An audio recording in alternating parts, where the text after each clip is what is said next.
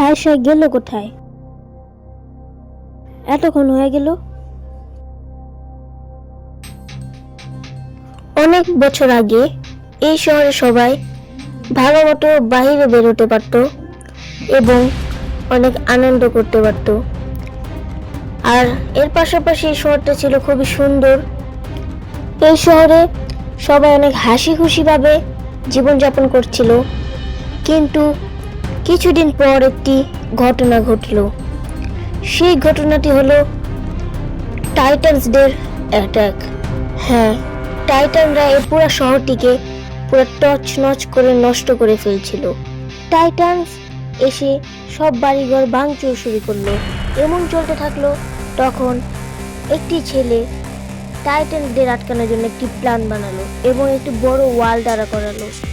হ্যাঁ, আর ওই ওয়াল দাঁড়া করানোর আগে যা হতেছিল খুবই হাসি খুশি ছিল সবাই। একদিন একটা মেয়ে জানালার সামনে তাকিয়েছিল।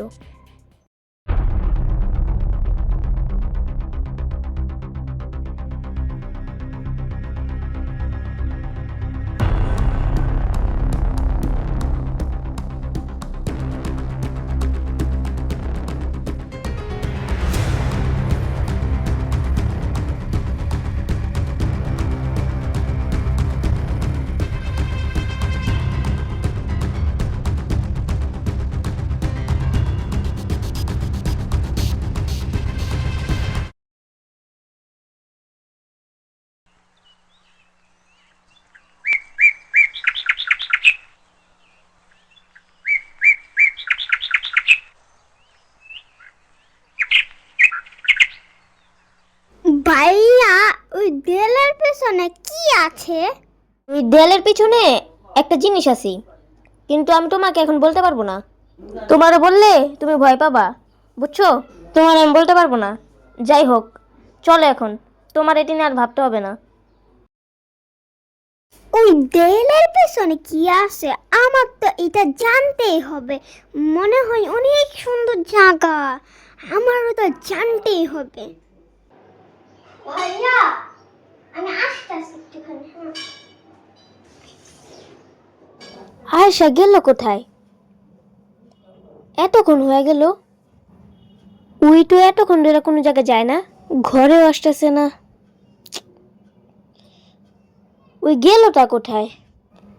আমার চেক করতে হবে। যাই।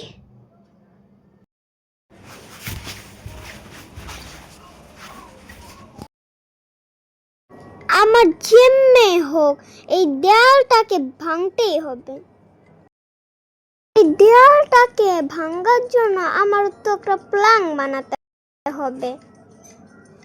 একটা কাজ করি, এই দেয়ালে আমি বম ফিট করি, তাহলে দেয়ালটা ভাঙতে পারে।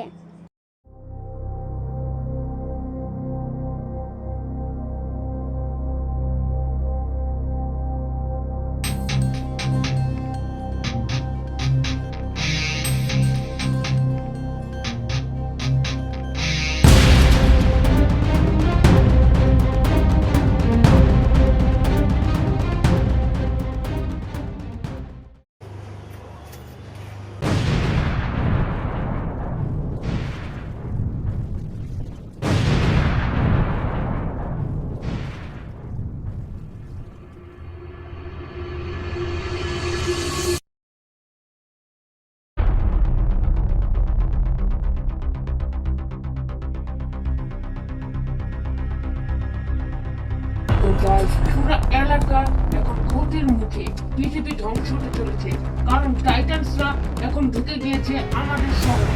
এই শহরকে যদি তাড়াতাড়ি না বাঁচানো যায়, এই শহরটা অনেক ভয়াবহ অবস্থা হবে। টাইটান্সদের আওয়াজ এসেছে। আল্লাহ, আমার এখানে টাইটান্স এসে করতেছে। এই বাসাটা অনেক ভেঙে ফেলবে। আমার কিছু করার নেই।